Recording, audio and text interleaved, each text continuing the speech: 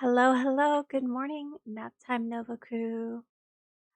How is everybody doing this morning? I do apologize for being late. The errands that I needed to run this morning were a little bit late. Today we are going to be getting into reading for you guys. Um, Today I will be reading Alice's Adventures in Wonderland by Lewis Carroll. The book that I'm reading from, you can locate on the Gutenberg's website. It is a public domain, so it is open to everybody to read. So if you guys would like to read this book, let me go ahead and try and share it in the chat for you guys, if you guys would like to read alongside me.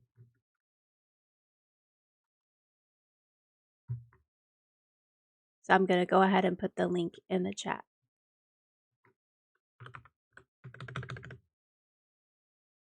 It's having me log in. I don't know why.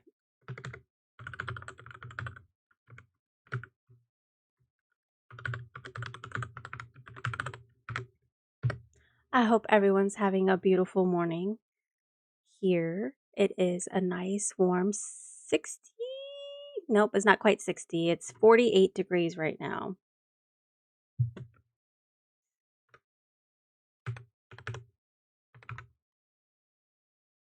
And then I'll post this link in the chat so everyone can go ahead and click on that link if you wanted to read along with me. Otherwise, I do have it up for your viewing pleasure here on my screen, though it is kind of blocked by the little cute characters, so I do apologize for that.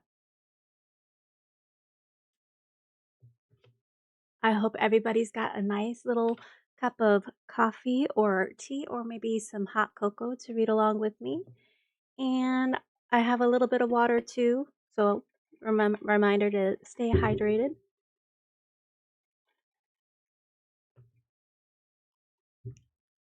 Alrighty, so I'm gonna go ahead and get into this. Everybody on my Discord voted for Alice in Wonderland.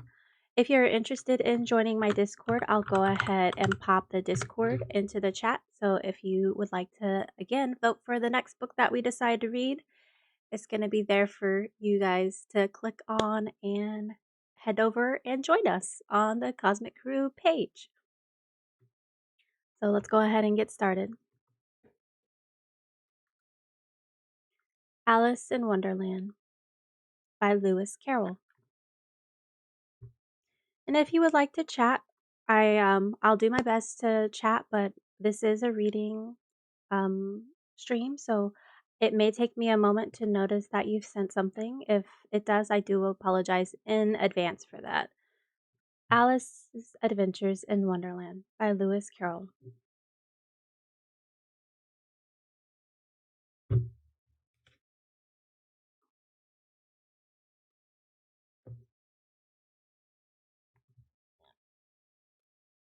Chapter 1. Found the Rabbit Hole. Alice was beginning to get very tired of sitting by her sister on the bank and having nothing to do.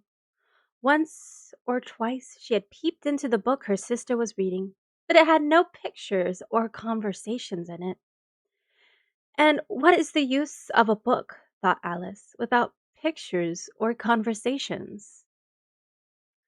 She was considering in her own mind as well as she could, for the hot day made her feel very sleepy and stupid, whether the pleasure of making a daisy chain would be worth the trouble of getting up and picking the daisies, when suddenly a white rabbit with pink eyes ran close by her. There was nothing so very remarkable in that, nor did Alice think it so very much out of the way to hear the rabbit say to itself, oh dear, I shall be late." When she thought it over afterwards, it occurred to her that she ought to have wondered at this, but at the time of it all seemed quite natural. But when the rabbit actually took out a watch of its own waistcoat pocket and looked at it and then hurried on, Alice started to her feet, for it flashed across her mind that she had never before seen a rabbit with either a waistcoat pocket or a watch to take out of it, and burning with curiosity, she ran across the field after it and fortunately was in time to see it pop down a large rabbit hole under the hedge.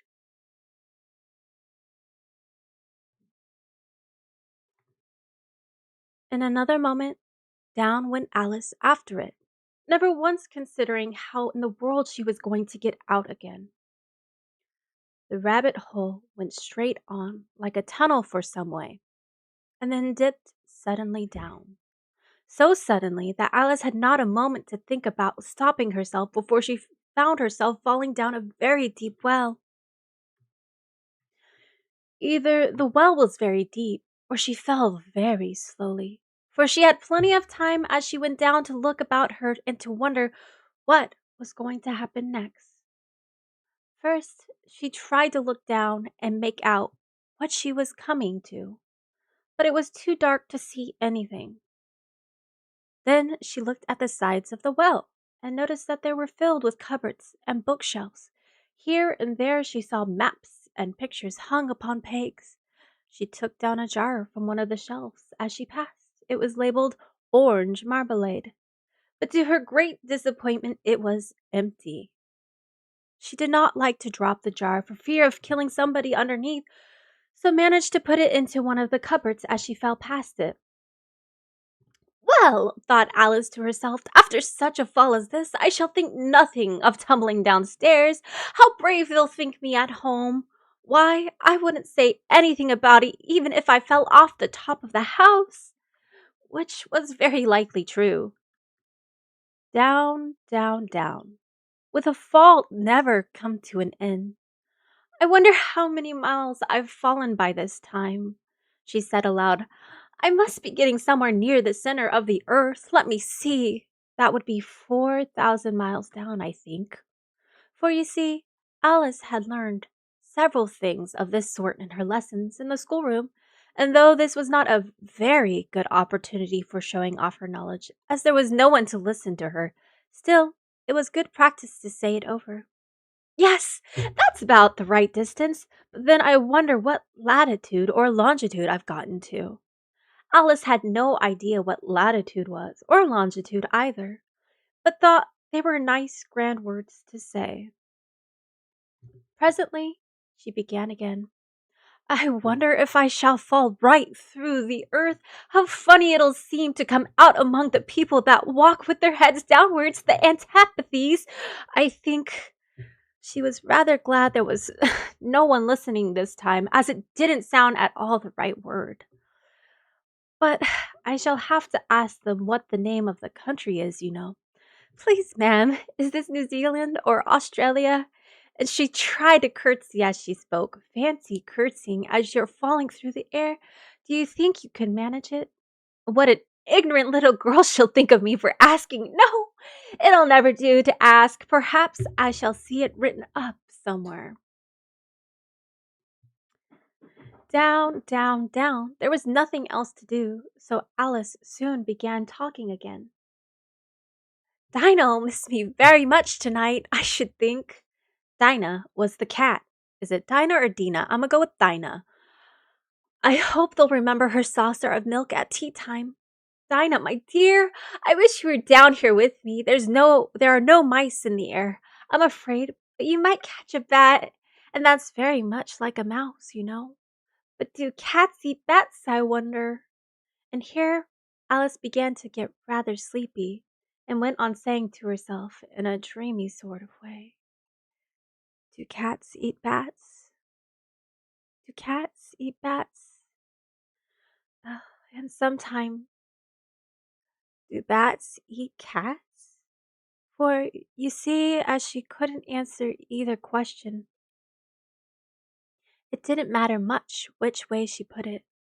She felt that she was dozing off and had just begun to dream that she was walking hand in hand with Dinah, and saying to her very earnestly, Now, Dinah, tell me the truth. Did you ever eat a bat?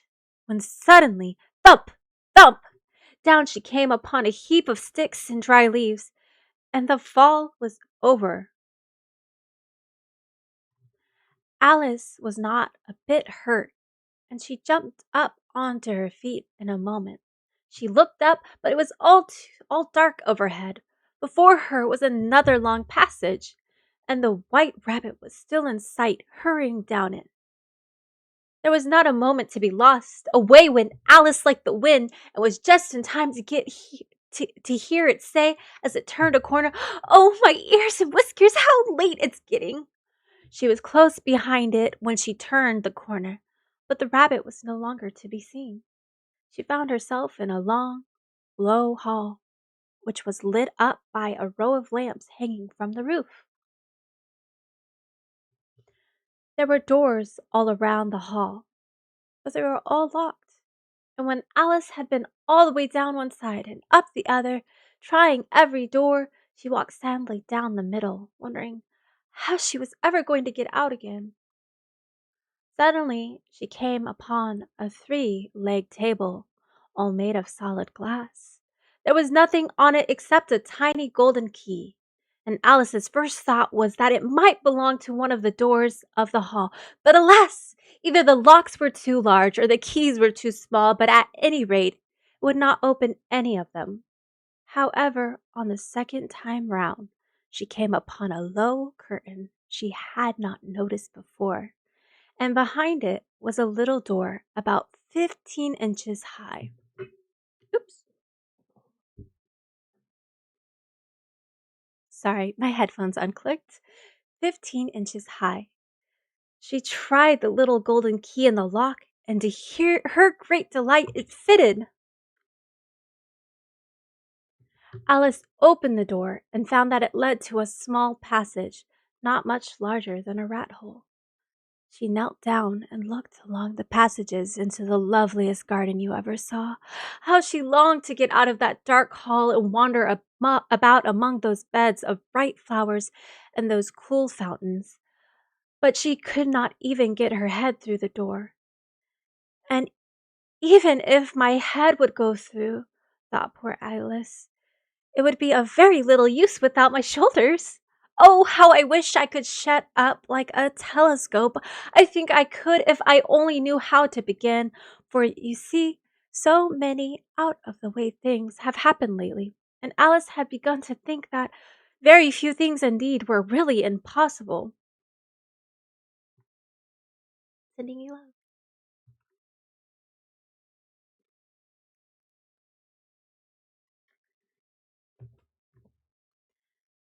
It was all very well to say, "Drink me," but the wise little Alice was not going to do that in a hurry. "No, I'll look first," she said, "and see whether it's marked poison or not."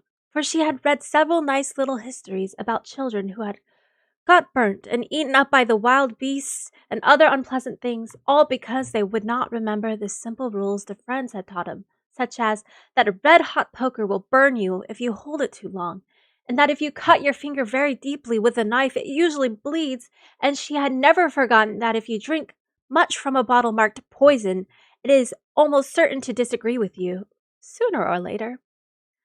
However, this bottle was not marked poison, so Alice ventured to taste it, and finding it very nice, it had in fact a sort of mixed flavor of cherry tart, custard, pineapple, roast turkey, toffee, and hot buttered toast. She very soon finished it off. Alrighty, I'm gonna take a pause and get a drink. Yes, hi, Space Cat. Hi, yes, Alice in Wonderland. We are through the first little section of it. I will be posting the VOD quickly after this, so if you wanted to go back and read it. And then I also shared up in the beginning of the chat the link, so if you would like to read along with me, you can. I know some people prefer to do that. Everybody in the chat voted for Alice in Wonderland, and so far it's been really good.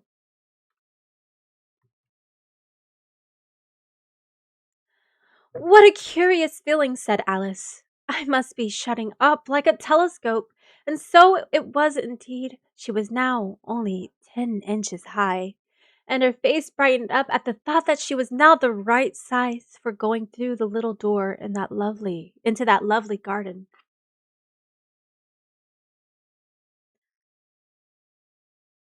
First, however, She waited for a few minutes to see if she was going to shrink any further.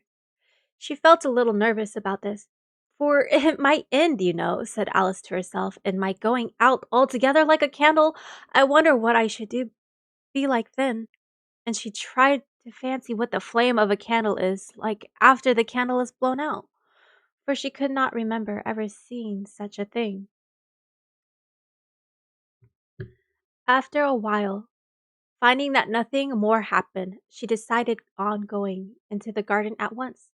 But alas for poor Alice, when she got to the door, she found she had forgotten the little golden key, and when she went back to the table for it, she found she could not possibly reach it. She could see it quite plainly through the glass, and she tried her best to climb up one of the legs of the table, but it was too slippery, and when she had tired herself out with trying, the poor little thing sat down and cried. "Come on, there's no use crying like that," said Alice to herself rather sharply. "I advise you to leave off this minute." She generally gave herself very good advice, though she very seldom followed it, and sometimes she scolded herself so severely as to bring tears into her eyes. And once she remembered trying to box her own tears for having cheated herself in a game of croquet. She was playing against herself, for the curious child was very fond of pretending to be two people. "But it's no use now," thought poor Alice, "to pretend to be two people. Why, there's hardly enough of me left to make one respectable person." Soon her eyes fell on a little glass box that was lying under the table. She opened it and found it a very small cake, on which the words "Eat me" were beautifully marked in currants. "Ah, I'll eat it," said Alice, "and if it makes me grow larger, I can reach the key, and if it makes me grow smaller, I can creep under the door. So either way, I'll get into the garden, and I don't care which happens."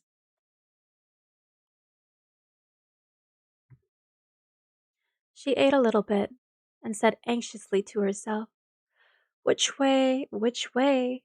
holding her hand on the top of her head to feel which way it was growing, and she was quite surprised to find that she remained the same size. To be sure, this generally happened when one eats a cake, but Alice had got so much into the way of expecting nothing but out of the way things to happen that it seemed quite dull and stupid for life to go on in the common way. So she set to work and very soon finished off the cake.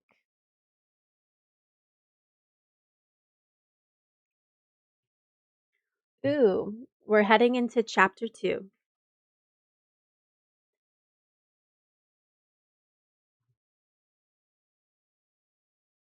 Chapter 2. The Pool of Tears. "Curiouser and curiouser," cried Alice. She was so much surprised that for the moment she quite forgot how to speak good English. "Now I'm opening out like the largest telescope that ever was. Goodbye, feet!" For when she looked down at her feet, they seemed to be almost out of sight. They were getting so far off. "Oh, my poor little feet! I wonder who will put on your shoes and stockings for you now, dears. I'm sure I shan't be able. I shall be a great deal too far off to trouble myself about you. You must manage the best way you can. But I must be kind to them," thought Alice, "or perhaps they won't walk the way I would want to go. Let me see. I'll give them a new pair of boots every Christmas." And she went on planning to herself how she would manage it. "They must go by the carrier," she thought, "and how funny it'll seem sitting presents to one's own feet, and how odd the directions will look. Alice's right foot, hearthrug, near the fenders with Alice's love." Come in. "Oh dear, what nonsense am I talking?" Just then her head struck against the roof of the hall. In fact, she was now more than 9 feet high, and she at once took up the little golden key and hurried off to the garden door. Poor Alice! It was as much as she could do, lying down on one side to look through into the garden with one eye. But to get through was more hopeless than ever. She sat down and began to cry again. "You ought to be ashamed of yourself," said Alice. "A great girl like you," she might well say this, "to go on crying in this way. Stop this moment, I tell you." But she went on all the same, shedding gallons of tears until there was a large pool all around her, about 4 inches deep, and reaching halfway down the hall. After a time, she heard a little pattering of feet in the distance, and she hastily dried her eyes to see what was coming. It was the White Rabbit returning, splendidly dressed with a pair of white kid gloves in one hand and a large fan in the other.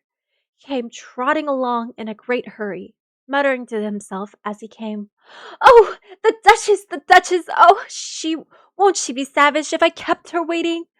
Alice felt so desperate that she was ready to ask help of anyone. So when the rabbit came near her, she began in a low, timid voice, "If you, if you please, sir." The rabbit started violently, dropped the white kid gloves and the fan, and scurried away into the darkness as hard as he could go. Alice took up the fan and gloves, and as the hall was very hot, she kept fanning herself. All the time she went on talking, "Dear, dear, how queer everything is today, and yesterday things were on just as usual. I wonder if I've been changed in the night. Let me think. Was I the same way when I got up this morning? I almost think I can't remember feeling a little different.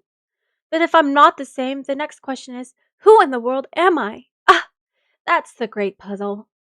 She began thinking over all the children she knew that were of the same age as herself to see if she could have been changed for any of them. "I'm sure I'm not Ada," she said, "for her hair goes in such long ringlets, and mine doesn't go in the ringlets at all.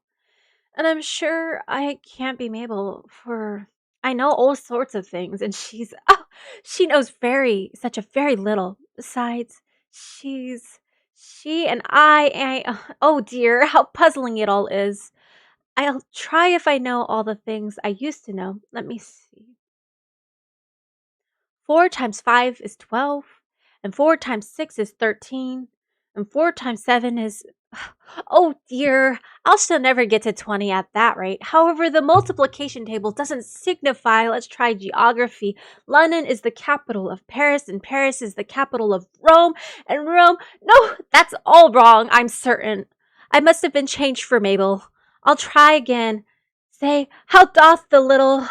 She crossed her hands on her lap as if she were saying lessons and began to repeat it, but her voice sounded hoarse and strange, and the words did not come the same way as they used to do. "How doth the little crocodile improve his shining tail and pour the waters of the Nile on every golden scale? How cheerful he seems to grin, how neatly spread his claws, and welcome little fishes, and with gentle smiling jaws." "I'm sure those are not the right words," said poor Alice, and her eyes filled with tears again as she went on. "I must be Mabel after all, and I shall have to go and live in that poky little house and have next to no toys to play with, and oh, ever so many lessons to learn. No, I've made up my mind about it. If I'm Mabel, I'll stay down here. It'll be no use there putting their heads down and say, 'Come up again, dear.' I shall only look up and say, 'Who am I then?' Tell me that first, and then if I like being that person, I'll come up. If not, I'll stay down here till I'm somebody else. But oh dear!" cried Alice with a very sudden burst of tears, "I do wish they would put their heads down. I am so very tired of being all alone here."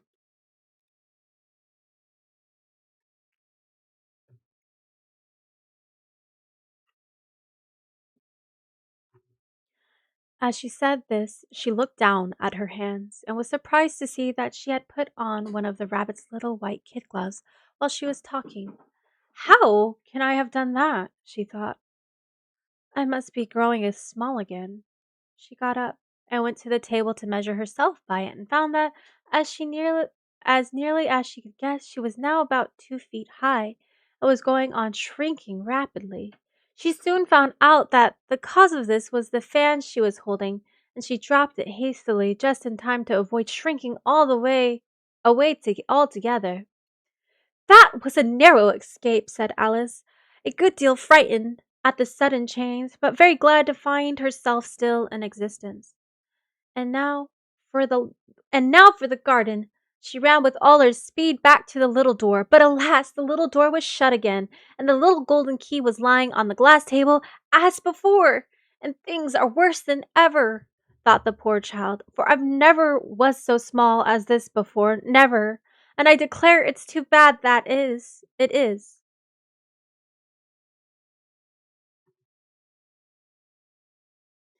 As she said these words, her foot slipped, and in another moment, splash!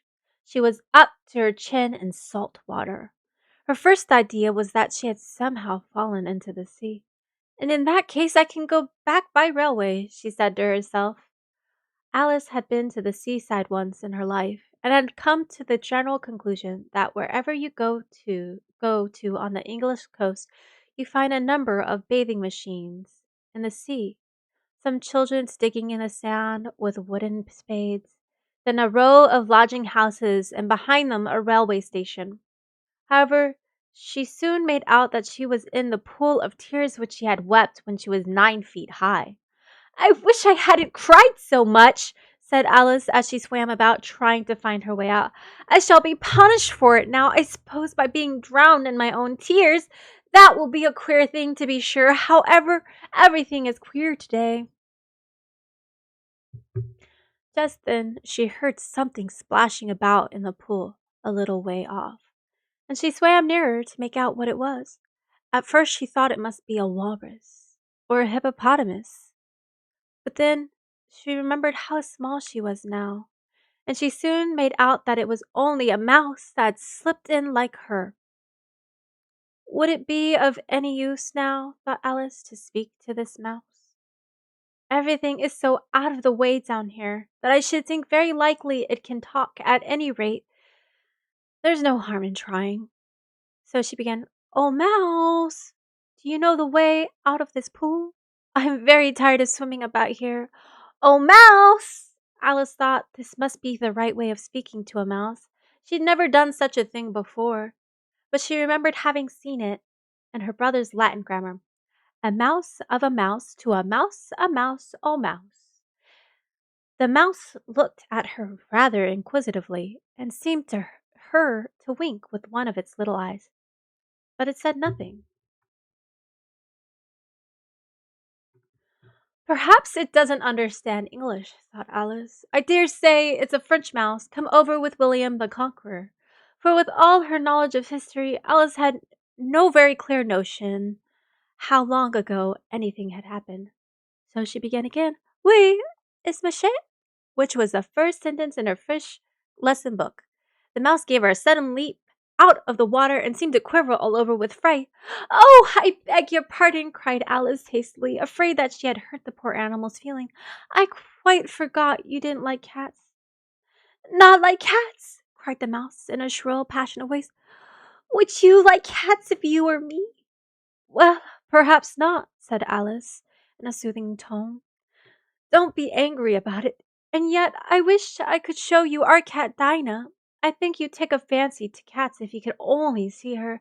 She is such a dear quiet thing, Alice went on, half to herself as she swam lazily about in the pool. And she sits purring so nicely by the fire, licking her paws and washing her face. And she's such a nice soft thing to nurse, and she's such a capital one for catching mice. Oh, I beg your pardon, cried Alice again, for this time the mouse was bristling all over, and she felt certain it must be really offended. We won't talk about her any more if you'd rather not. Well, indeed, cried the mouse, who was trembling down to the end of his tail, as if I would talk on such a subject. Our family always hated cats, nasty, low, vulgar things. Don't let me hear the name again. I won't indeed, said Alice, in a great hurry to change the subject of conversation. Are you fond of dogs? The mouse did not answer. So Alice went on eagerly. There is such a nice little dog near a house I should like to show you. A little bright-eyed terrier, you know, with such long curly brown hair, and it'll fetch things when you throw them, and it'll sit up and beg for its dinner, and all sorts of things. I can't remember half of them, and it belongs to a farmer, and he said it's so useful. It's worth 100 pounds. He said it kills all the rats and oh dear, cried Alice in a sort of sorrowful tone. I'm afraid I've offended it again. For the mouse was swimming away from her as hard as it could go, making quite a commotion in the pool as it went. So she called softly after, Mouse, dear, do come back again. And we won't talk about cats or dogs either, if you don't like them. When the mouse heard this, it turned around and swam slowly back to her. Its face was quite pale with passion, Alice thought, and it said in a low, trembling voice, Let us get to the shore, and then I'll tell you my history, and you'll understand why it is I hate cats and dogs. It was high time to go, for the pool was getting quite crowded with the birds and animals that had fallen into it. There were a duck and a dodo, a lory and an eaglet, and several other curious creatures. Alice led the way, and the whole party swam to the shore. Chapter 3. Look at us. We made it to chapter 3. Oh, and then we got a bot I gotta get rid of. Sorry about that. How is everybody enjoying the book so far? I'm gonna go ahead and take a little sip of my water. My hair is bothering me. I feel like I might just throw it back. Chapter 3, this is your favorite part? So far, I've really liked it. I like the way that Alice talks and thinks. It's very fun to read. It's very interesting. Very bright and exciting and like emotional highs and like lows.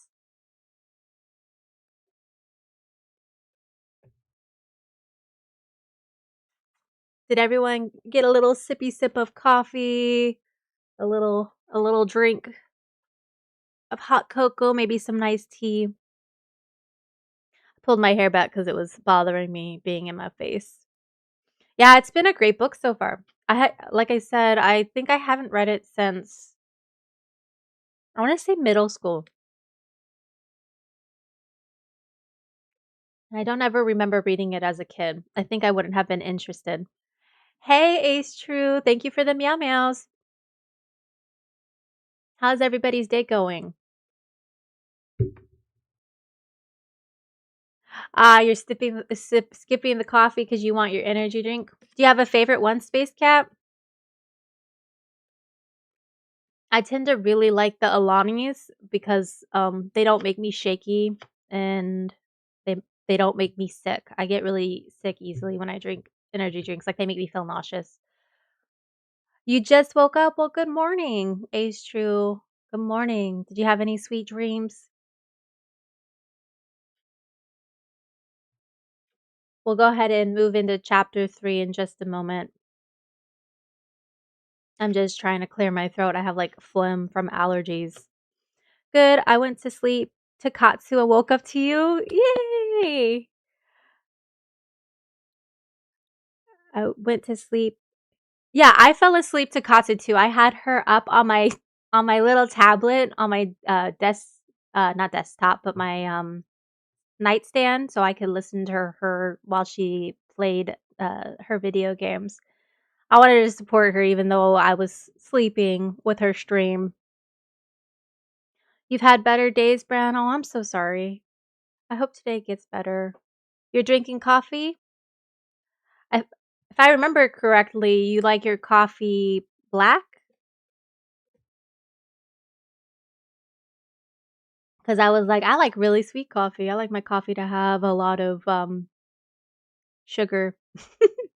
I'm drinking a pistachio latte from Starbucks. They just came back with it. Celsia energy drinks are your favorite? Oh, those ones are good too. You rotate flavors around. I like the Celsius.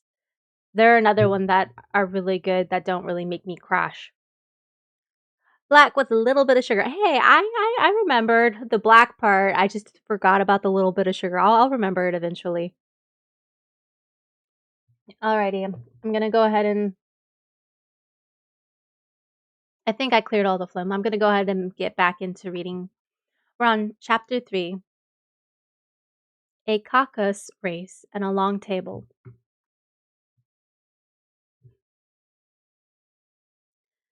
They were indeed a queer-looking party that assembled on the bank. The birds with draggled feathers, the animals with their fur clinging close to them, and all dripping wet, cross, and uncomfortable. The first question, of course, was how to get dry again. They had a consultation about this, and after a few minutes, it seemed quite natural to Alice to find herself talking familiarly with them, as if she had known them all her life. Indeed, she had quite a long argument with the Lorry, who at last turned sulky and would only say, "I am older than you, and I must know better."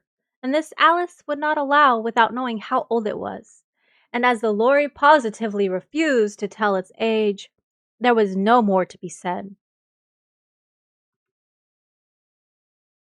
At last the mouse, who seemed to be a person of authority among them, called out, "Sit down, all of you, and listen to me. I'll soon make you dry enough." They all sat down at once in a large ring, with the mouse in the middle. Alice kept her eyes anxiously fixed on it, for she felt sure she would catch a bad cold if she did not get dry very soon. "Ahem," said the mouse with an important air. "Are you all ready? This is the driest thing I know. Silence all around, if you please." William the Conqueror, whose cause was favored by the people, was soon submitted to by the English, who wanted leaders and had been of late much accustomed of the usurpation and conquest. Edwin and Morcar, the Earls of Mercia and Northumbria. "Ugh!" said the Lorry with a shiver. "I beg your pardon," said the mouse, frowning, but very politely. "Did you speak?" "Not I," said the Lorry hastily. "I thought you did," said the mouse. "I perceive Edwin and Morcar, the Earls of Mercia and Thornbury, declared for him, and even Stigand, the patriotic Archbishop of Canterbury, found it advisable—" "Found what?" said the duck. "Found it," the mouse replied rather crossly. "Of course you know what it means." "I know what it means well enough when I find a thing," said the duck. "It's generally a frog or a worm. The question is, what did the Archbishop find?" The mouse did not notice this question, but hurriedly went on. "Found it advisable to go with Edgar Atheling to meet William and offer him the crown. William's conduct at first was moderate, but the insolence of his Normans— How are you getting on now, my dear?" it continued, turning to Alice as it spoke. "As wet as ever," said Alice in a melancholy— well, I said that wrong. "As wet as ever," said Alice in a melancholy tone.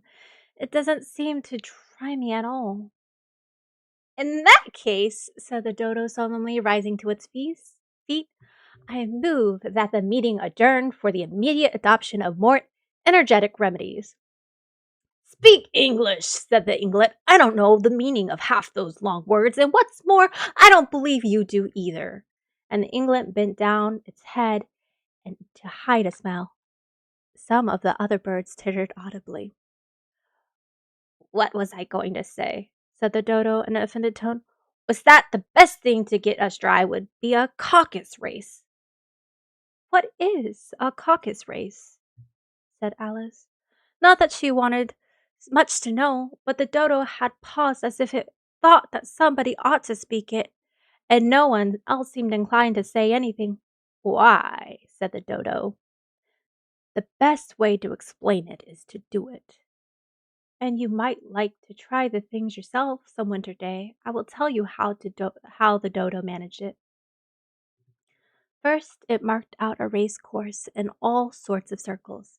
The exact shape doesn't matter, it said. And then all the party were placed along the course. Here and there was 1, 2, 3, and away. But they began running when they liked, and left off when they liked, and so that it was not easy to know where the race was over. However, when they had been running half an hour or so and quite dry again, the dodo suddenly called out, "The race is over!" and the all crowd around it, panting and asking, "But who has won?" This question the dodo could not answer without a great deal of thought, and it sat for a long time with one finger pressed upon its forehead, the position in which you usually see Shakespeare in the pictures of him, while the rest waited in silence, and at last the dodo said, "Everybody has won, and all must have prizes." "But who is to give the prizes?" quite a chorus of voices asked. "Why, she, of course," said the dodo, pointing to Alice with one finger. The whole party at once crowded around her, calling out in a confused way, "Prize! Prize!" Alice had no idea what to do, and in despair she put her hands in her pockets and pulled out a box of comfits. Luckily, the salt water had not got into it, and handed them round as prizes. There was exactly one apiece all round. "But she must have a prize herself, you know," said the mouse. "Of course," the dodo replied very gravely. "What else have you got in your pocket?" he went on, turning to Alice. "Only a thimble," said Alice sadly. "Hand it over here," said the dodo.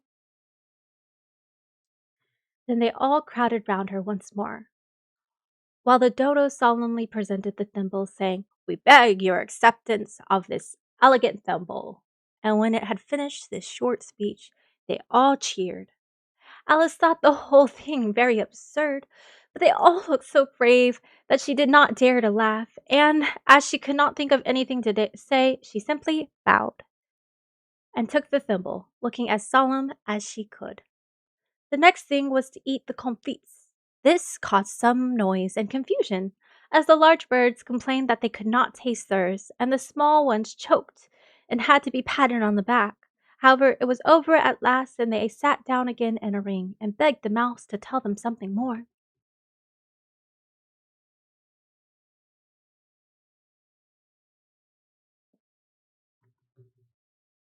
Oh, and I'm going to take a little sip of water.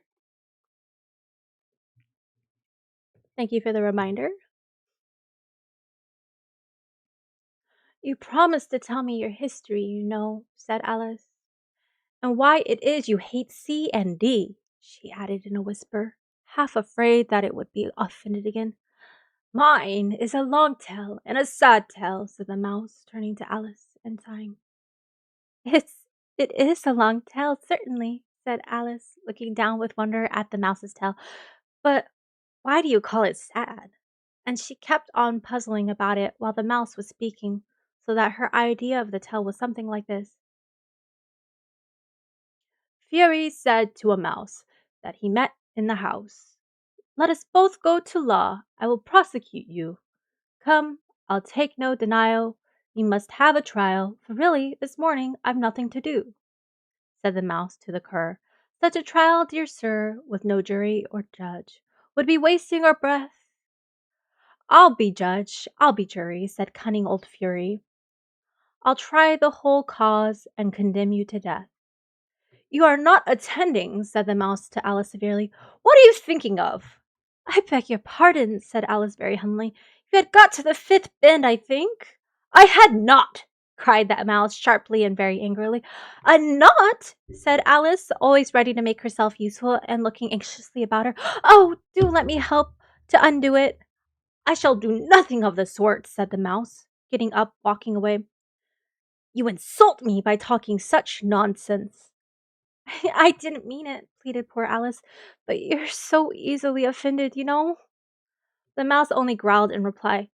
"Please come back and finish your story," Alice called after it, and the others all joined in chorus. "Yes, please do." But the mouse only shook its head impatiently and walked a little quicker. "What a pity it wouldn't stay," sighed the Lory, as soon as it was quite out of sight. An old crab took the opportunity of saying to her daughter, "Ah, my dear, let this be a lesson to you, never to lose your temper." "Hold your tongue, Ma," said the young crab a little snappishly. "You're enough to try the patience of an oyster." "I wish I had our Dinah here. I know I do," said Alice, aloud, addressing nobody in particular. "She'd soon fetch it back." "And who is Dinah, if I might venture to ask the question?" said the Lory. Alice replied eagerly, for she was always ready to talk about her pet. Dinah's our cat, and she's such a capital one for catching mice you can't think. Oh, I wish you could see her after the birds. Why, she'll eat a little bird as soon as look at it. The speech caused a remarkable sensation among the party. Some of the birds hurried off at once. One old magpie began wrapping itself up very carefully, remarking, I really must be getting home. The night air doesn't suit my throat. And a canary called out in a trembling voice to its children, Come away, my dears. It's high time you were all in bed. On various pretexts, they all moved off, and Alice was soon left alone. I wish I hadn't mentioned Dinah, she said to herself in a melancholy tone. Nobody seems to like her down here, and I'm sure she's the best cat in the world. Oh, my dear Dinah, I wonder if I shall ever see you any more. And here poor Alice began to cry again, for she felt very lonely and low-spirited. And in a little while, however, she again heard a little pattering of footsteps in the distance, and she looked up eagerly, half hoping that the mouse had changed his mind and was coming back to finish his story. We are now on chapter 4, The Rabbit Sins and a Little Bill.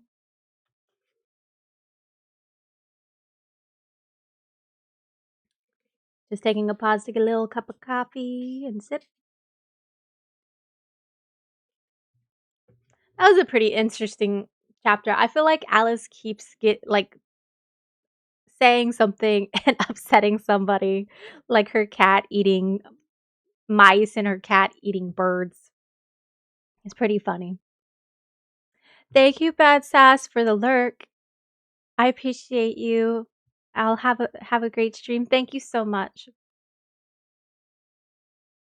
The Rabbit Sins and a Little Bill.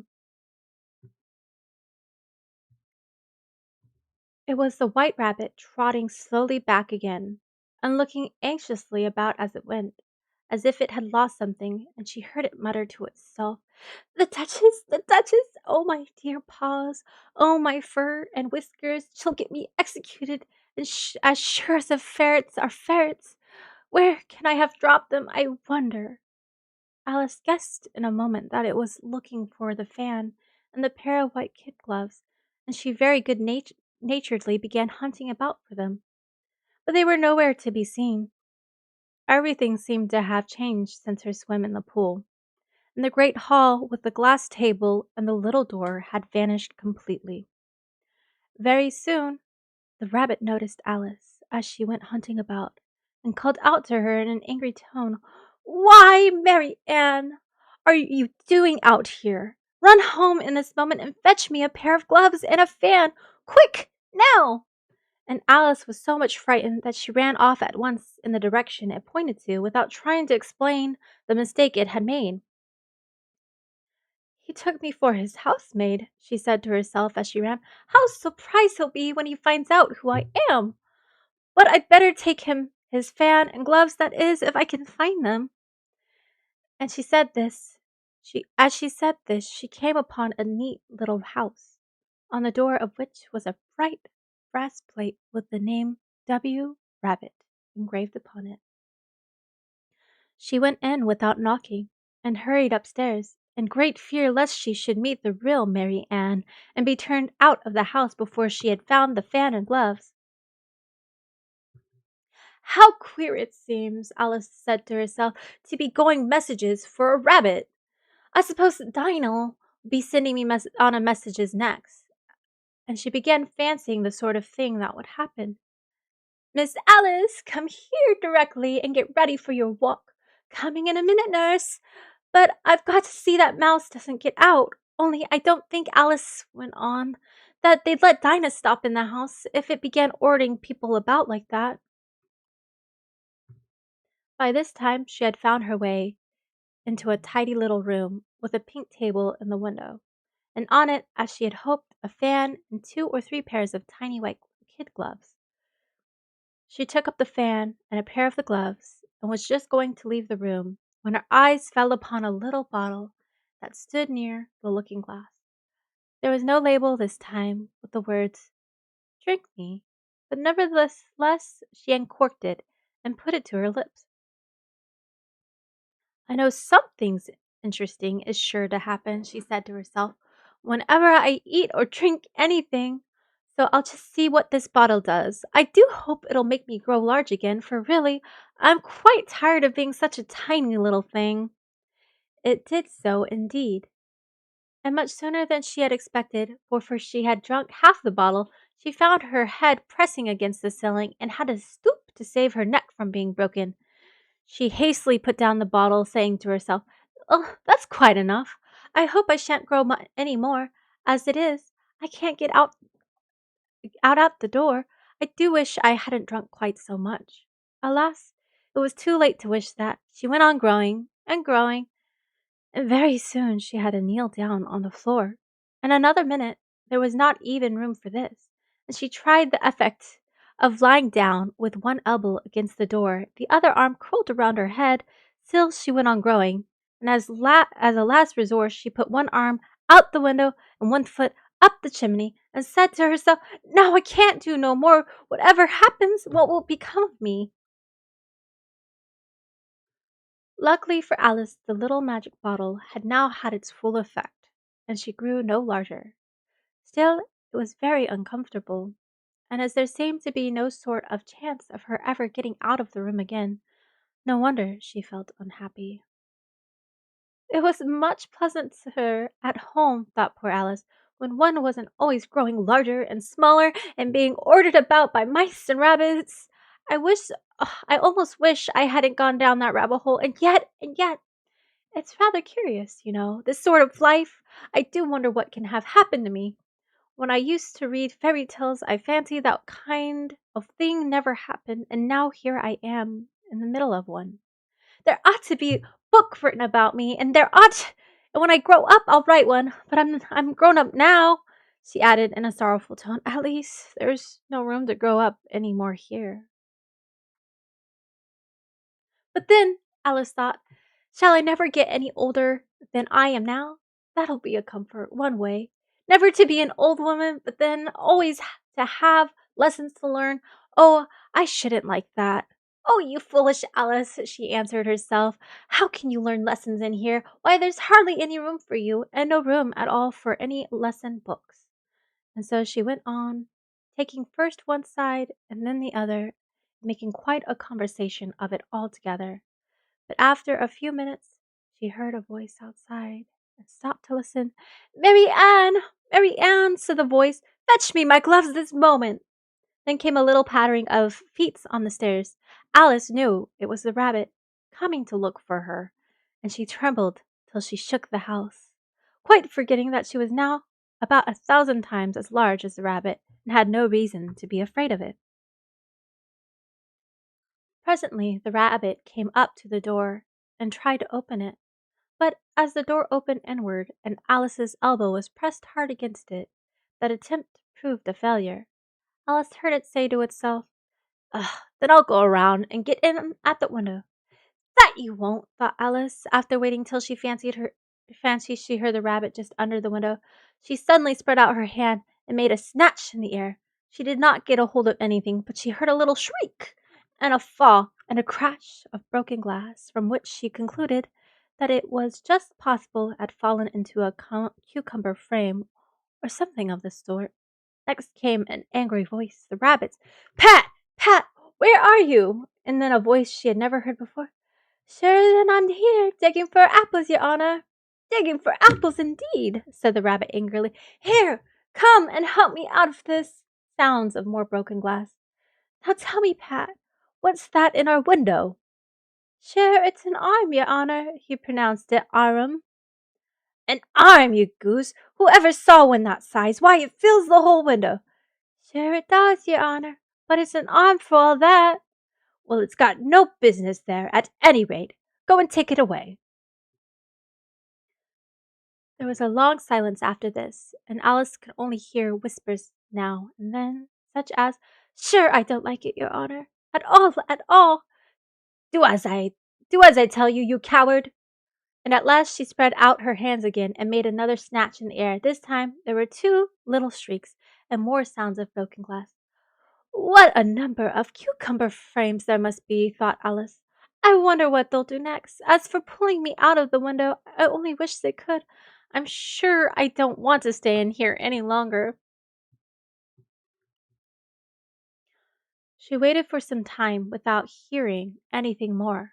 At last came a rumbling of little cartwheels and the sound of a good many voices all talking together.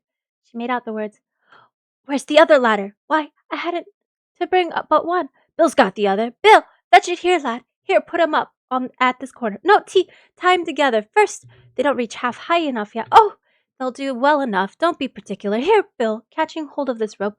Will the roof bear? Mind that loose slate. Oh, it's coming down. Heads below. A loud crash. Now, who did this? It was Bill, I fancy. Who's to go down the chimney? Nay, I shan't. You do it. That I won't. Then Bill to go down. Here, Bill, the master said. You're going to go down the chimney. Oh, so Bill's going to come down the chimney, has he? Said Alice to herself. Shy, they seem to put everything upon Bill. I wouldn't be in Bill's place for a good deal. This fireplace is narrow to be sure, but I think I can kick a little. She drew her foot as far the chimney as she could, and waited till she heard a little animal. She couldn't guess of what sort it was, scratching and scrambling about in the chimney close above her, then saying to herself, "This is Bill." She gave one sharp kick and waited to see what would happen next. The first thing she heard was a general chorus of, "There goes Bill!" Then the rabbit's voice along, "Catch him, you by the hedge." Then silence, and then another confusion of voices. "Hold up his head. Brandy, now, don't choke him. How was it, old fella? What happened to you? Tell us all about it." Last came a little feeble squeaking voice. "It's Bill," thought Alice. "Well, I hardly know no more than ye. I'm better now, but I'm deal too flustered to tell you. All I know is something comes at me like a jack in the box, and up I go like a skyrocket." "So you did, old fellow," said the others. "We must burn the house down," said the rabbit's voice, and Alice called out as loud as she could, "If you do, I'll set Dina on you." There was a dead silence instantly, and Alice thought to herself, "I wonder what they'll do next. If they had any sense, they'd take the roof off." After a minute or two, they began moving about again, and Alice heard the rabbit say, "A barrowful will do to begin with." "A barrowful of what?" thought Alice. But she had not long to doubt, for the next moment a shower of little pebbles came rattling in the window, and some of them hit her in the face. "I'll put a stop to this," she said to herself and shouted out, "You better not do that again," which produced another dead silence. Alice noticed with some surprise that the pebbles were all turning into little cakes as they lay on the floor, and a bright idea came in her head. "If I eat one of these cakes," she thought, "it's sure to make some change in my size, and as it can't possibly make me larger, it must make me smaller, I suppose." So she swallowed one of the cakes, and was delighted to find that she began shrinking directly. And soon as she was small enough to get through the doors, she ran out of the house and found quite a crowd of little animals and birds waiting outside. The poor little lizard, Bill, was in the middle, being held up by two guinea pigs who were giving it something out of a bottle. They all made a rush at Alice the moment she appeared, but she ran off as hard as she could and soon found herself safe in a thick wood. "The first things I've got to do," said Alice to herself as she wandered about in the wood, "is to grow to my right size again, and the second thing is to find my way into the lovely garden. I think that'll be the best plan." It sounded like an excellent plan, no doubt, and very neatly and simply arranged. The only difficulty was that she had not the smallest idea how she was to set about it. And while she was peering about anxiously among the trees, a little sharp bark just overhead made her look up in a great hurry. An enormous puppy was looking down at her with large round eyes and feebly stretched out one paw, trying to touch her. "Poor little thing," said Alice in a coaxing tone, and she tried hard to whistle to it, but she was terribly frightened all the time at the thought that it might be hungry, in which case it would be very likely to eat her up in spite of all her coaxing. Hardly knowing what she did, she picked up a little bit of a stick and held it out to the pup, whereupon the pup jumped into the air off all its feet at once with a yelp of delight and rushed at the stick and made believe to worry it. Then Alice dodged behind a great thistle to keep herself from being run over, and the moment she appeared on the other side, the puppy made for another rush at the stick, and tumbled ahead over heels in its hurry to get hold of it. Then Alice, thinking it was a very like a game of playing with a cart horse, and expecting every moment to be trampled under its feet, ran around the thistle again. Then the puppy began a series of short charges at the stick, running a very little way forward each time and a long way back, and barking hoarsely all the while till at last it sat down, a good way off, panting, with its tongue hanging out of its mouth, and its great eyes half shut. This seemed to Alice a good opportunity for making her escape, so she set off at once and ran till she was quite tired and out of breath, until the puppy's bark sounded quite faint in the distance. And yet what a dear little puppy it was, said Alice, as she leaned against a buttercup to rest herself and fanned herself with one of the leaves. I should have liked teaching it tricks very much, if I'd only been the right size to do it. Oh dear, I'd nearly forgotten that I've got to grow up again. Let me see. How is it to be managed? I suppose I ought to eat or drink something or other, but the great question is what? The great question certainly was what. Alice looked all around her, at the flowers and the blades of grass, but she did not see anything that looked like the right thing to eat or drink under the circumstances. There was a large mushroom growing near her, about the same height as herself, and when she had looked under it and on both sides of it and behind it, it occurred to her that she might as well look and see what was on the top of it. She stretched herself up on tiptoe and peeped over the edge of the mushroom, and her eyes immediately met those of a large blue caterpillar that was sitting on top with its arms folded, quietly smoking a long hookah, and taking not the smallest notice of her or of anything else. Woohoo! We made it to the next chapter. Yay, you're amazing. Thank you, Mr. Meowie. I appreciate the compliment. How's your morning going? Or evening, depending on what time zone you're in. I'm just going to take a pause and get a little sippy sip of water before starting chapter. I got my little coffee and my tea.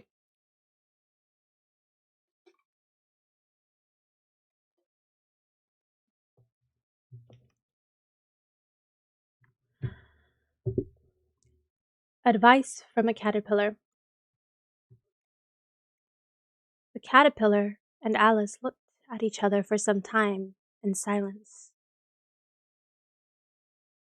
At last the caterpillar took the hookah out of its mouth and addressed her in a languid, sleepy voice. Who are you? Said the caterpillar. This was not an encouraging opening for a conversation. Alice replied rather shyly. I hardly know, sir, just at present. At least, I know who I was when I got up this morning. But I think I must have been changed several times since then. What do you mean by that? Said the caterpillar sternly. Explain yourself. I can't explain myself, I'm afraid, sir, said Alice, because I'm not myself, you see. I don't see, said the caterpillar. I'm afraid I can't put it more clearly, Alice replied very politely, for I can't understand it myself to begin with, and being so many different sizes in a day is very confusing. It isn't, said the caterpillar. Well, perhaps you haven't found it so yet, said Alice, but when you have to turn into a chrysalis, you will some day, you know. And then after that into a butterfly, I should think you'll feel it a little queer, won't you? Not a bit, said the caterpillar. Well, perhaps your feelings may be different, said Alice. All I know is it would feel very queer to me. You, said the caterpillar contemptuously, who are you? Which brought back brought them back again to the beginning of the conversation. Alice felt a little irritated at the caterpillars making such very short remarks. She drew herself up and sat very gravely. I think you ought to tell me who you are first. Why? Said the caterpillar. Here was another puzzling question, and as Alice could not think of any good reason, and as the caterpillar seemed to be in a very unpleasant state of mind, she turned back. Come back, the caterpillar called after her. I have something important to say. This sounded promising. Certainly, Alice turned and came back.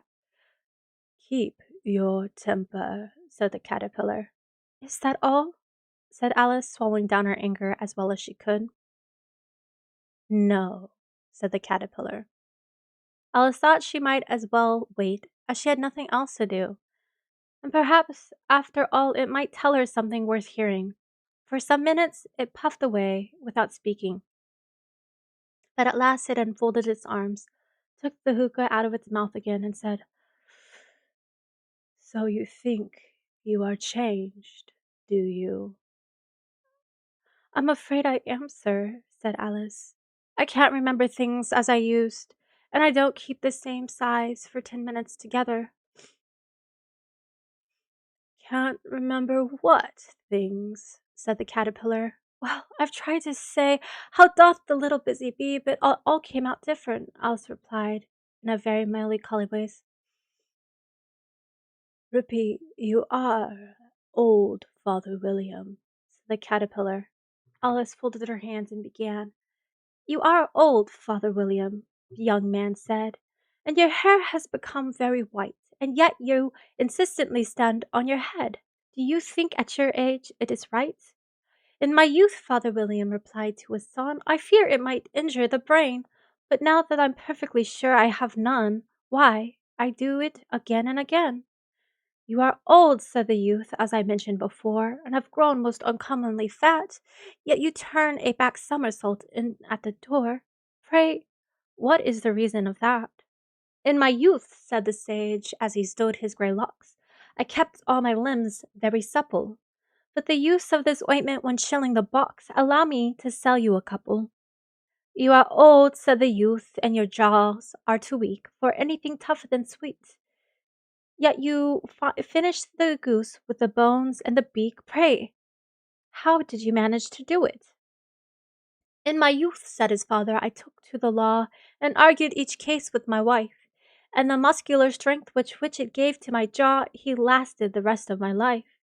You are old, said the youth. One would hardly suppose that your eye was as steady as ever, yet you balance an eel on the end of your nose. What made you so awfully clever? I haven't answered 3 questions, and that is enough, said his father. Don't give yourself airs. Do you think I can listen all day to such stuff? Be off, or I'll kick you downstairs. That is not said right, said the caterpillar. Not quite right, I'm afraid, said Alice timidly. Some of the words have got altered. It is wrong from beginning to end, said the caterpillar decidedly, and there was silence for some minutes. The caterpillar was the first to speak. What size do you want to be? It asked. Oh, I'm not particular as to size, Alice hastily replied. Only one doesn't like changing so often, you know. I don't know, said the caterpillar. Alice said nothing. She'd never been so much contradicted in her life before, and she felt that she was losing her temper. Are you content now? Said the caterpillar. Well, I should like to be a little larger, sir, if you wouldn't mind, said Alice. 3 inches is such a wretched height to be. It is a very good height indeed, said the caterpillar angrily, rearing itself upright as it spoke. It was exactly 3 inches high. But I'm not used to it, pleaded poor Alice in a piteous tone, and she thought of herself, I wish the creatures wouldn't be so easily offended.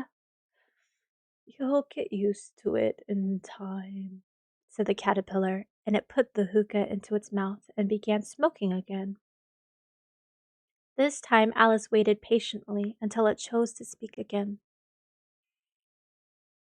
In a minute or two, the caterpillar took the hookah out of its mouth and yawned once or twice and shook itself. Then it got down off the mushroom and crawled away in the grass, merely remarking as it went, "One side will make you grow taller, and the other side will make you grow shorter." "One side of what? The other side of what?" thought Alice to herself. "Of the mushroom," said the caterpillar, just as if she had asked it aloud, and in another moment it was out of sight.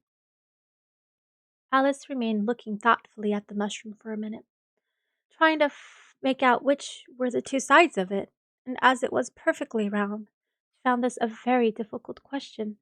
However, at last she stretched her arms around as far as they would go and broke off a bit of the edge with each hand.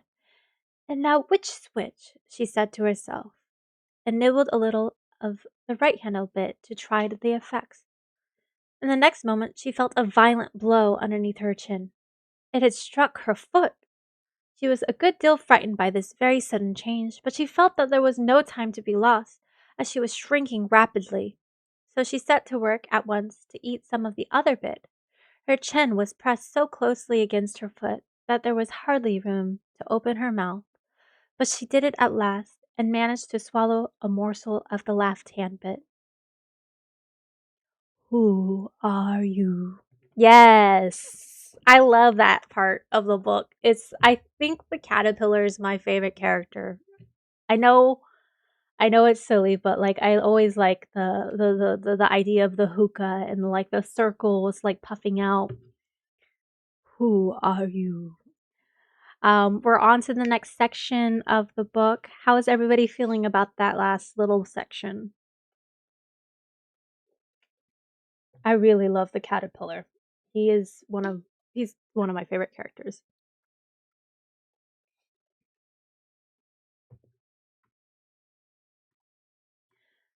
"Come, my head is free at last," said Alice in a tone of delight, which changed into alarm in another moment when she found that her shoulders were nowhere to be found. All she could see when she looked down was an immense length of neck, which seemed to rise like a stalk out of a sea of green leaves that lay before her. "What can all this green stuff be?" said Alice, "and where have my shoulders got to? And oh, my poor hands, how is it I can't see you?" She was moving them about as she spoke, but no result seemed to follow, except a little shaking among the distant green leaves. As there seemed to be no chance of getting her hands up to her head, she tried to get her head down to them, and was delighted to find that her neck would bend about as easily in any direction like a serpent. She had just succeeded in curving it down into a graceful zigzag, and was going to dive in among the leaves, which she found to be nothing but the tops of the trees under which she had been wandering, when a sharp hiss made her draw back, and a large pigeon had flown into her face. It was beating her violently with its wing. "Serpent!" it screamed, the pigeon. "I am not a serpent," said Alice indignantly. "Let me alone." "Serpent, I said." "Again," repeated the pigeon, but in a more subdued tone, and added with a kind of sob, "I've tried every way, and nothing seems to suit them." "I haven't the least idea what you're talking about," said Alice. "I've tried the roots of trees, I've tried banks, I tried hedges," the pigeon went on without attending to her, "but those serpents, there's no pleasing them." Alice was more and more puzzled, but she thought there was no use in saying anything more till the pigeon had finished. "As if it wasn't trouble enough hatching the eggs," said the pigeon, "but I must be on the lookout for the serpents, night and day. Why, I haven't had a wink of sleep these 3 weeks." "I'm very sorry you've been annoyed," said Alice, who was beginning to see its meaning. "And just as I'd taken the highest tree in the woods," continued the pigeon, raising its voice to a shriek, "and just as I was thinking I should be free of them at last, they must need come wriggling down from the sky. Ugh, serpent!" "But I'm not a serpent, I tell you," said Alice. I'm a, well, "What are you?" said the pigeon. I could see you're trying to invent something." "I'm I'm a little girl," said Alice, rather doubtfully, as she remembered the number of changes she had gone through that day. "A likely story indeed," said the pigeon, in a tone of the deepest contempt. "I've seen a good many little girls in my time, but never one with such a neck as that. No, no, you're a serpent, and there's no use denying it. I suppose you'll be telling me next that you've never tasted an egg." "I have tasted eggs, certainly," said Alice, who was very truthful child. "But little girls eat eggs quite as much as serpents do, you know." "I don't believe it," said the pigeon. "But if they do, why then they're a kind of serpent, that's all I can say." This was such a new idea to Alice that she was quite silent for a minute or two, which gave the pigeon the opportunity of adding, You're looking for eggs. I know that well enough. And why does it matter to me whether you're a little girl or a serpent?" "It matters a good deal to me," said Alice hastily, "but I'm not looking for eggs, as it happens, and if I was, I shouldn't want yours. I don't like them raw." "Well, be off then," said the pigeon in a sulky tone, as it settled down again into its nest. Alice crouched down among the trees as well as she could, for her neck kept getting entangled among the branches, and every now and then she had to stop and untwist it. After a while she remembered that she still held a piece of mushroom in her hand. She set to work very carefully, nibbling first at one and then at the other, and growing sometimes taller and sometimes shorter until she had succeeded in bringing herself down to her usual height.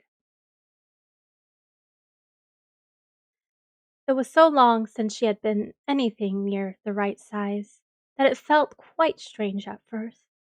But she got used to it in a few minutes, and began talking to herself as usual. "Come, there's half my plan done now. How puzzling all these changes are! I'm never sure what I'm going to be from one minute to another. However, I've got back to my right size.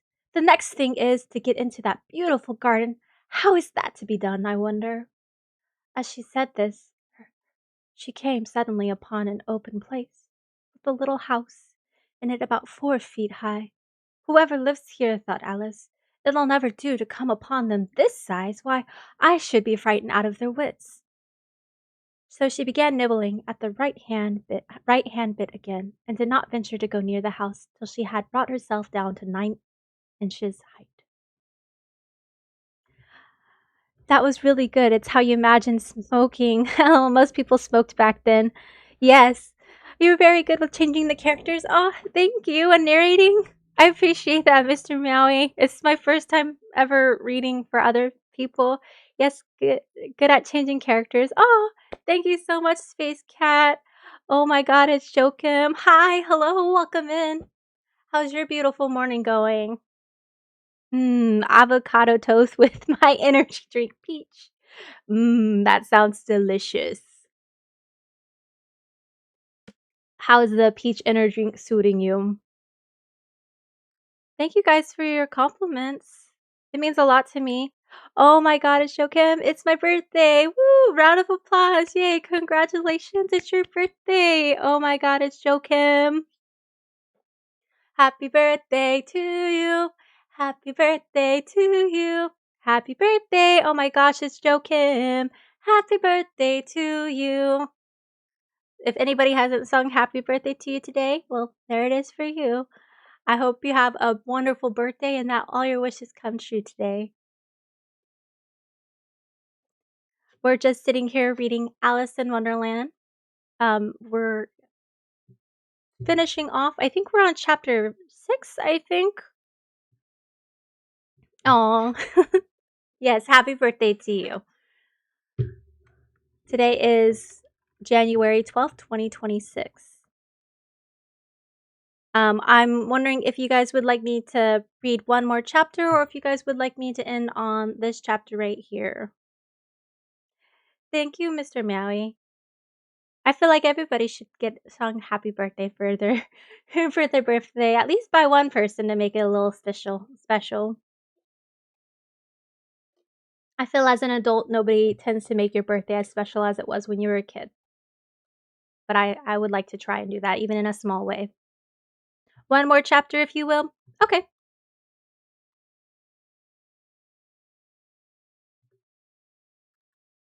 Pig and Pepper. For a minute or two, she stood looking at the house and wondered what to do next, when suddenly a footman in livery came running out of the woods. She considered him to be a footman because he was in livery. Is that how you pronounce that word? Livery? Livery?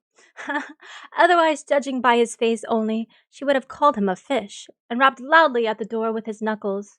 It was opened by another footman in livery, with a round face and large eyes like a frog, and both footmen, Alice noticed, had powdered hair that curled all over their head.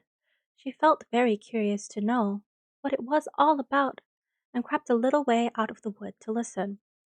The fish footman began by producing from under his arm a great letter nearly as large as himself, and this he handed over to the other, saying, in a solemn tone, "For the Duchess, an invitation from the Queen to play croquet." The frog footman repeated in the same solemn tone, only changing the order of the words a little, "From the Queen, an invitation for the Duchess to play croquet." Then they both bowed low, and their curls got entangled together. Alice laughed so much at this that she had to run back into the woods for fear of their hearing her, and when she next peeped out the fish footman was gone, and the other was sitting on the ground near the door, staring stupidly up into the sky. Alice went timidly up to the door and knocked. "There's no sort of use in knocking," said the footman, "and that's for two reasons. First, because I'm on the same side of the door as you are. Secondly, because they're making such a noise inside, no one could possibly hear you. And certainly there was more extraordinary noise going on within, a constant howling, a sneezing, and every now and then a great crash as if a dish kettle had been broken in pieces." "Please then," said Alice, "how am I to get in?" "There might be some sense in your knocking," the footman went on without attending to her. "If we had the door between us, for instance, if you were inside, you might knock, and I could let you out, you know." He was looking up into the sky all the time he was speaking, and this Alice thought undecidedly uncivil. Perhaps he can't help it," said Alice to herself. "His eyes are so very nearly at the top of his head. But at any rate he might answer questions. How am I to get in?" she repeated loudly. "I shall sit here," the footman remarked, "till tomorrow." At this moment the door of the house opened, and a large plate came skimming out straight at the footman's head. It just grazed his nose and broke to pieces against one of the trees behind him. "Or the next day, maybe, perhaps," the footman continued in the same tone, exactly as if nothing had happened. "How am I to get in?" asked Alice again in a louder tone. "Are you to get in at all?" said the footman. "That's the first question you should know." It was no doubt, only Alice did not like to be told so. "It's really dreadful," she muttered to herself. "The way all these creatures argue, it's enough to drive one crazy." The footman seemed to think this a good opportunity for repeating his remark with variations. "I shall sit here," he said, "on and off for days and days." "What am I to do?" said Alice.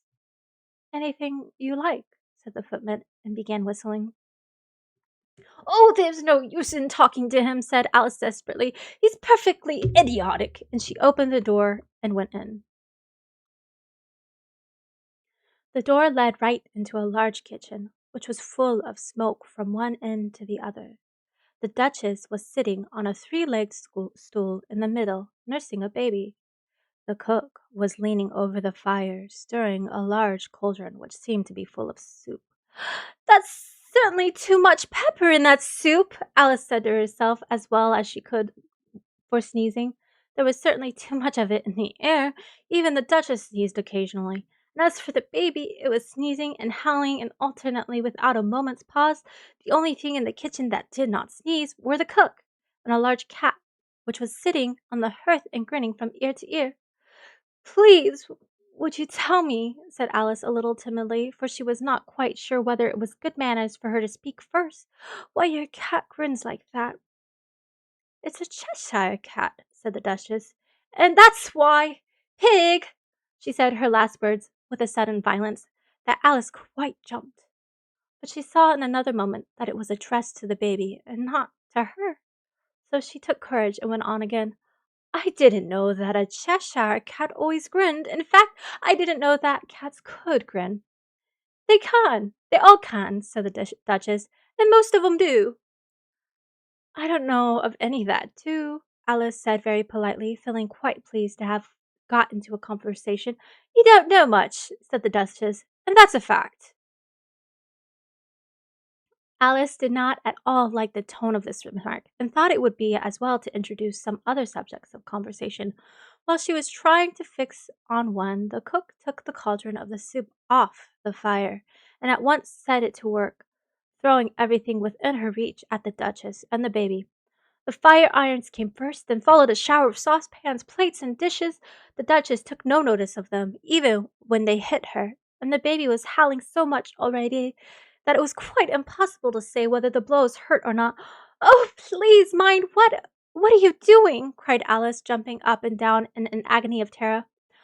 Oh, there goes its precious nose, as an unusually large saucepan flew close by it, and very nearly carried it off.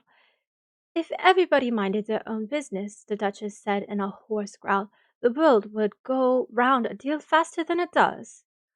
Which would not be an advantage, said Alice, who felt very glad to get an opportunity of showing off a little of her knowledge. Just think of what work it would make with a day and night. You see, the earth takes 24 hours to turn around on its axis. Talking of axes, said the Duchess, chop off her head!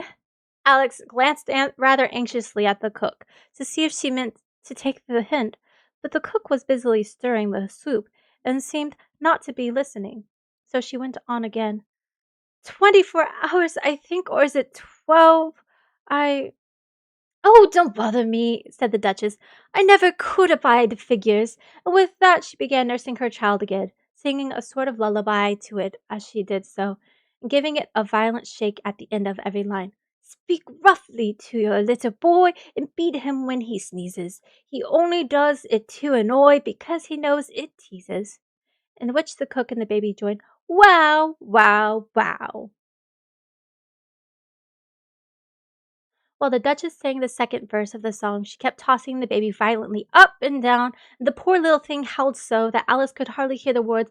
I speak severely to my boy, I beat him when he sneezes, for he can thoroughly enjoy the pepper when he pleases. Wow, wow, wow. Here, you may nurse it a bit if you'd like, the Duchess said to Alice, flinging the baby at her as she spoke. I must go and get ready to play croquet with the Queen, and she hurried out of the room. The cook threw a frying pan after her as she went out, but it just missed her. Alice caught the baby with some difficulty, as it was a queer-shaped little creature and held out its arms and legs in all directions.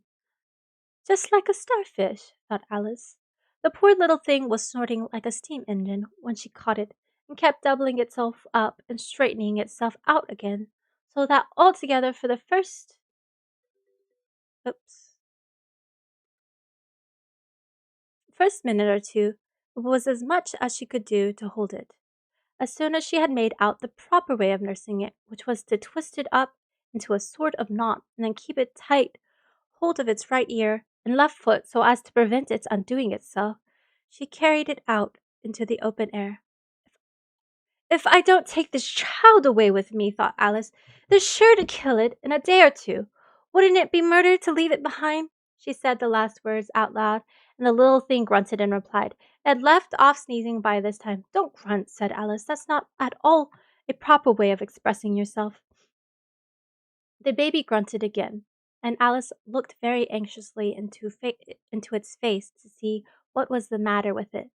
There could be no doubt that it had a very turn-up nose, much more like a snout than a real nose. As its eyes were getting extremely small for a baby altogether, Alice did not like the look of the thing at all, But perhaps it was only sobbing, she thought, and looked into its eyes again to see if there were any tears. No, there were no tears. If you're going to turn into a pig, my dear, said Alice seriously, I'll have nothing more to do with you. Mind now. The poor little thing sobbed again, or grunted. It was impossible to say which, and they went on for some while in silence. Alice was just beginning to think to herself, now, what am I to do with this creature when I get it home? When it grunted again so violently that she looked down into its face in some alarm. This time there could be no mistake about it. It was neither more nor less than a pig, and she felt that it would be quite absurd for her to carry it further.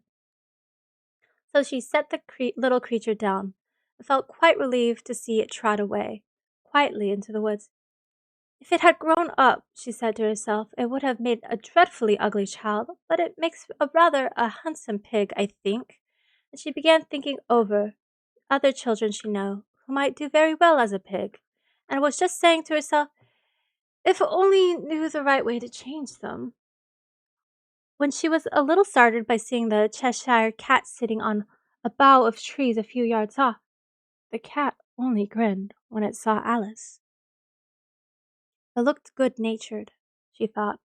Still, it had very long claws and a great many teeth, so she felt that it ought to be treated with respect. Cheshire Puss, she began rather timidly, as she did not at all know whether it would like the name. However, it only grinned a little wider. Come, it's pleased so far, thought Alice, and she went on. Would you tell me, please, which way I ought to go from here? That depends a good deal on where you want to get to, said the cat. I don't much care where, said Alice. Then it doesn't matter which way you go, said the cat. So long as I get somewhere, Alice added as an explanation. Oh, you're sure to do that, said the cat, if you only walk long enough. Alice felt that this could not be denied, so she tried another question. What sort of people live about here? In that direction, said the cat. The cat said, waving its right paw around, lives a hatter, and in that direction, waving the other paw, lives a March hare. Visit either you like. They're both mad. But I don't want to go among mad people, Alice remarked. Oh, you can't help that, said the Cheshire Cat. We're all mad here. I'm mad. You're mad. How do you know I'm mad? Said Alice. You must be, said the cat, or you wouldn't have come here. Alice didn't think that proved it at all. However, she went on. And how do you know that you're mad? To begin with, said the cat, a dog's not mad, you grant that? I suppose so, said Alice. Well then, the cat went on, you see, a dog growls when it's angry and wags its tail when it's pleased. Now I growl when I'm pleased and wag my tail when I'm angry. Therefore, I'm mad. I call it purring, not growling, said Alice. Call it what you'd like, said the cat. Do you play croquet with the Queen today? I should like it very much, said Alice, but I haven't been invited yet. You'll see me there, said the cat, and vanished.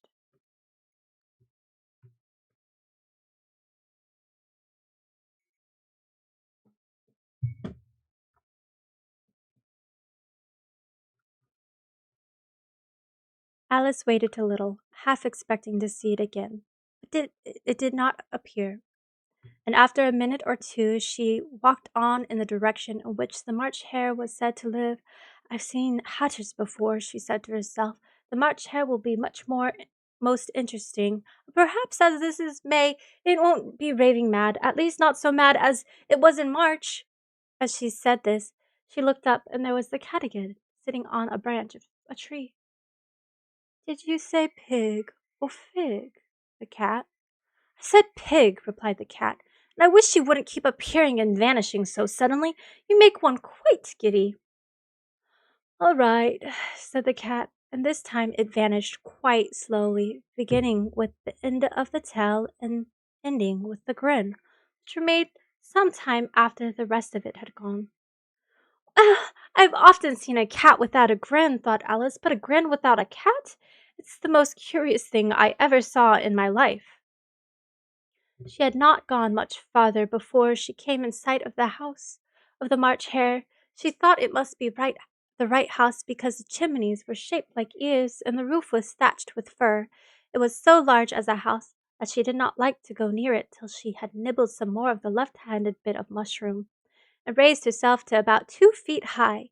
Even then she walked up towards it, rather timidly, saying to herself, "Suppose it should be raving mad after all. I almost wish I'd gone to see the Hatter instead." Alrighty, that concludes the end of this chapter for us. Unfortunately, I do have to bring this stream to an end, but I did quite enjoy reading the last couple of chapters for you. We are ending here a mad tea party, which I'm so sad because I love, love, love.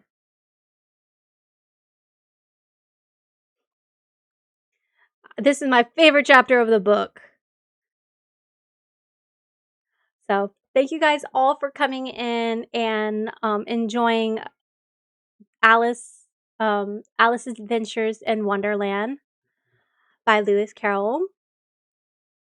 I hope you guys are all here again to tune in and read this book with me. Our next session is going to be, or our next stream is going to be next Monday. We will start from here again, and I look forward to it. Did everybody enjoy the read? Was it okay? Is there any advice you guys could recommend? At Naptime Nova, be sure to check my Disco for scheduling. I do have my Disco here. Everybody voted for this book.